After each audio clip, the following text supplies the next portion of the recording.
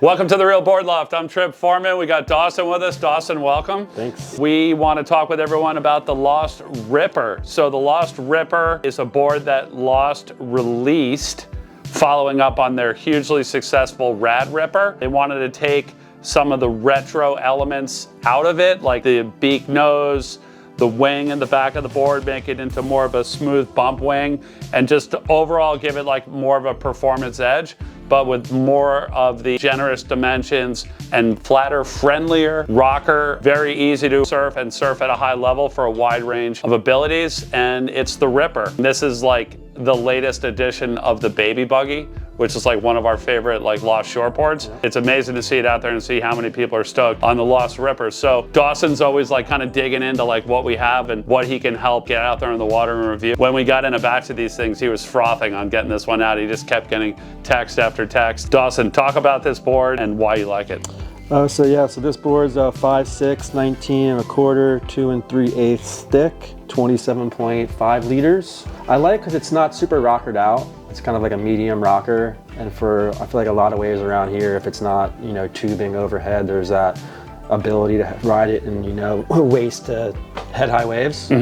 So in that range, I just got to put a set of larges for those bushier days, and I feel like the fin doesn't matter as much once you have more of a wave. I'll drop down the medium fins.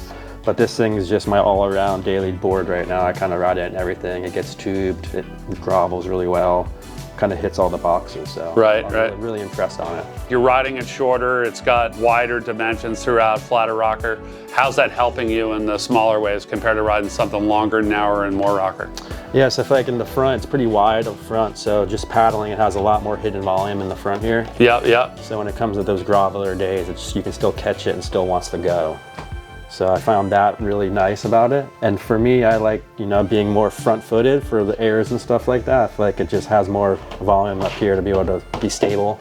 Okay, on the landings, exactly. Like coming down on the nose. Yeah, it's not so narrowed out and super rockered out. That was one thing for sure, and the release on it's insane. Like you said, it's kind of like the Rad Ripper without the beak. You can get a little more performance on it. For the shortboard surfer, where would you place this in their quiver? Is it like a grovel shortboard? Is it like a daily driver shortboard? I'd say a daily driver. Daily driver? Yeah. Okay. Yeah, because it kind of likes, like I said, anything from waist high to head high, maybe in a foot overhead. So you got the larges in here now, right? So you're riding the larges in the small surf and the mediums. And like the more sizable. Like surf. more juice. Exactly. Okay, and then these are the FCS Mayhems, yeah? Yep, Matt Bowles. Tell us why you're going large fins, because everybody's always like kind of looking for tips, right? So why are you using large fins in small surf? Well, if you think of it, gutless surf, there's not much behind the wave.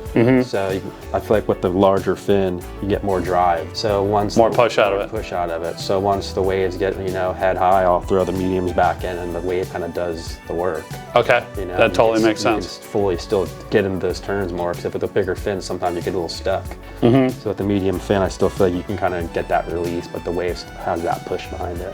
What about accessibility on this board, right? So like obviously at your level, it's working for you, but like how far down can you go in ability level and somebody still have a good time on the Lost Ripper? So maybe like someone that's on a fish, when it's small, it's still a pretty rounded nose, if it's not really, they wanted to get a little more radical maybe, try something like this and then step up. And have a lot more maneuverability and be able to surf the pocket better. Yeah, exactly. Awesome. Well, Dawson, thank you so much. If anybody out there has any questions on the Lost Ripper or would like to order one, either stock or custom, you can always reach us at the shop, 252-987-6000, or look us up online, realwatersports.com/surfing. Thanks for tuning in.